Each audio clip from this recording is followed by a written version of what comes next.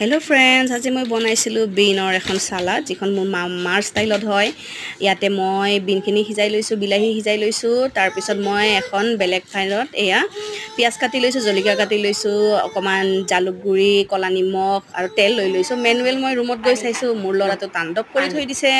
গোটেই ৰুমৰ অৱস্থা নাই। Being mom is not a easy task. চ' মই ব্লেছ যে মোৰ ইনলছ পাইছোঁ, যোনে নেকি বহুতখিনি মোৰ ল'ৰা সাপোৰ্ট কৰে বা টেক কেয়াৰ কৰে।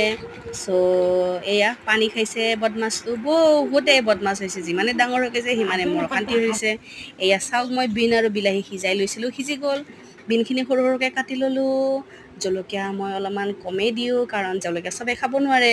বিলাহী মই এনেকৈ পিচি লৈছোঁ, কাৰণ বিলাহীৰ জানেনে স্কিনটো খালে কি হয় জানে, গেছ হয়।